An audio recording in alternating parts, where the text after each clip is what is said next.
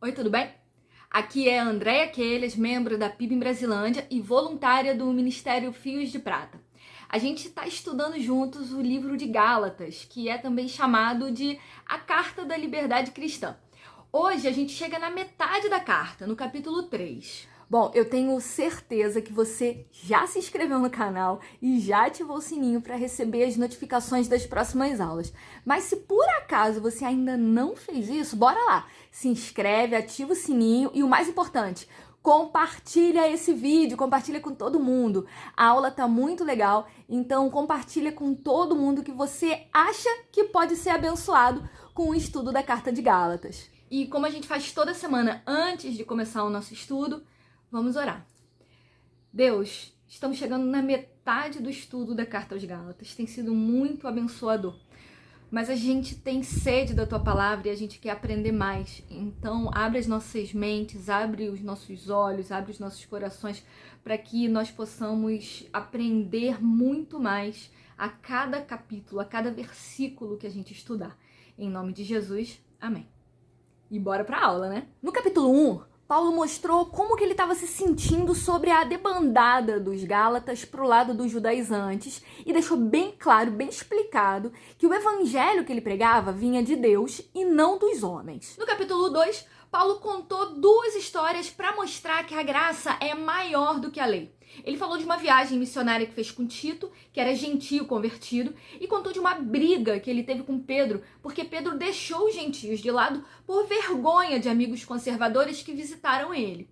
Depois, Paulo terminou falando como que a gente é justificado pela fé e não pelas boas obras. E aí, chegamos no capítulo 3. Aqui, Paulo vai falar de como os Gálatas eram um bando de doidos. Ele vai contra-argumentar a superioridade da descendência de Abraão, que os judaizantes insistiam em pregar, e vai explicar sobre como a lei exige uma perfeição que nós não temos. E aí ele fecha de um jeito lindo, mostrando que a justificação pela fé não discrimina ninguém. E nós vamos falar um pouquinho sobre cada um desses pontos hoje. Paulo começa o capítulo 3 chamando os Gálatas de doidos. Na versão A Mensagem ele fala assim: vocês ficaram malucos, alguém os enfeitiçou, perderam o juízo. Na versão Almeida atualizada ele fala: vocês são insensatos. E por que ele fala isso? Paulo não consegue acreditar que o tropeço dos Gálatas em abandonar o evangelho da graça era só por ingenuidade. Para ele, só podia ser loucura. Paulo tinha apresentado Cristo para os Gálatas, dando ênfase na morte de Jesus na cruz e no seu significado. Jesus não morreu na cruz à toa, ele morreu para resgatar todos nós pecadores. Os Gálatas ouviram isso, acreditaram, se entregaram a Jesus, nasceram de novo e entraram para a família de Deus. E depois de toda essa trajetória, eles escutam um papinho de que precisam seguir as leis para merecerem a salvação e eles acreditam. Como? O evangelho é uma declaração de tudo o que Deus fez por nós para que a gente não precisasse fazer nada além de crer. A vida cristã é vivida através da fé, na força do Espírito Santo e não pelas obras. Os Gálatas começaram direitinho, mas quando eles ouviram os judaizantes, eles começaram a voltar para a escravidão da lei. Para Paulo, esse retrocesso era pura loucura. E no final do versículo 4, Paulo dá uma apertada mais forte, falando para os Gálatas assim: olha, vocês não foram capazes de começar a obra de Deus. Vocês acham mesmo que podem aperfeiçoá-la? Cuidado, vocês podem perder tudo o que alcançaram. Aí a gente vê mais uma vez como que o apóstolo Paulo era bom na argumentação.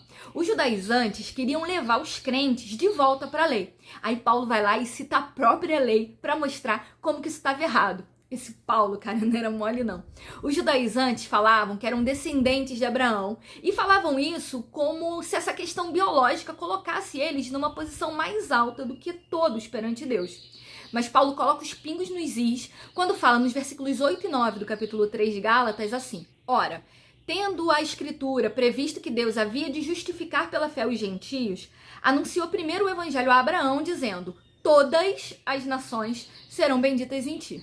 Minha gente, os judaizantes esqueceram que Paulo era mestre da lei, que ele conhecia as escrituras. E Paulo esfregou na cara deles que a promessa de Deus era a justificação de todas as nações e não somente dos descendentes diretos de Abraão. A salvação não mudou. O evangelho previa a salvação pela fé e não pelas obras. Judeus e gentios eram salvos da mesma maneira, pela fé.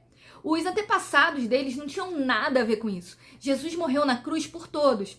Os verdadeiros filhos de Abraão não eram aqueles que tinham descendência física, mas quem cresce em Jesus Cristo, fosse judeu ou fosse gentio. Outra coisa interessante da gente pensar é que a lei exige uma perfeição que nós não possuímos.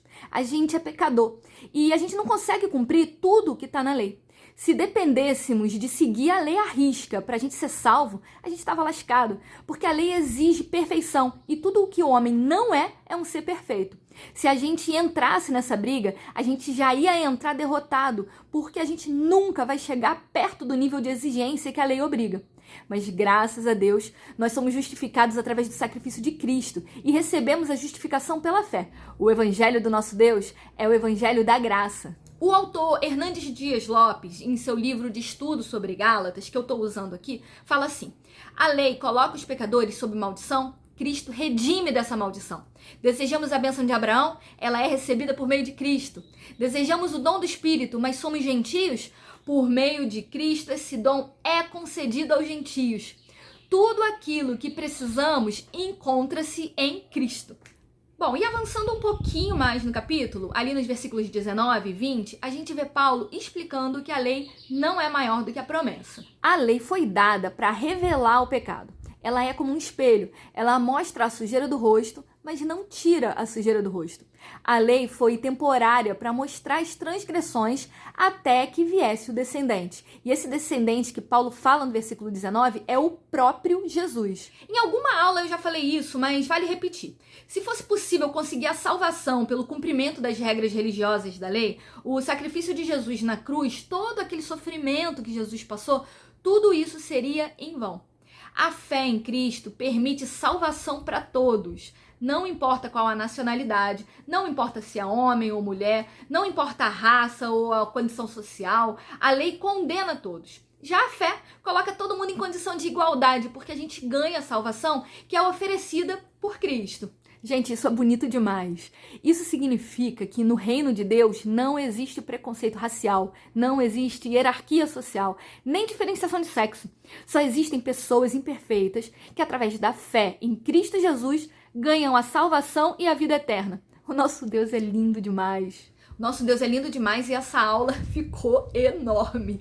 Vamos fechar com um resuminho aqui bem rápido. Paulo começa o capítulo 3 chamando os Gálatas de doidos, insensatos.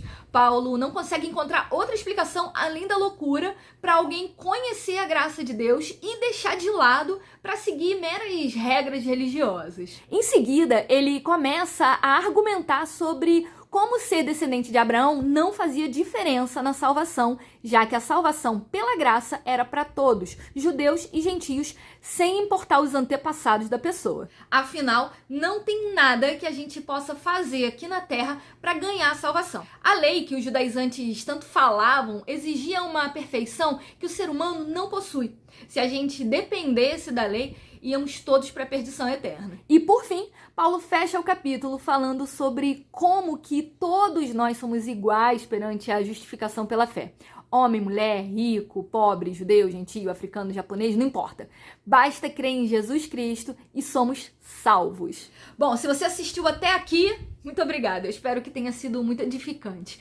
Não deixa de compartilhar com todo mundo que você conhece. E na semana que vem, a gente vai estudar o capítulo 4. Então, aproveitem os próximos dias para estudar esse capítulo. Até a próxima!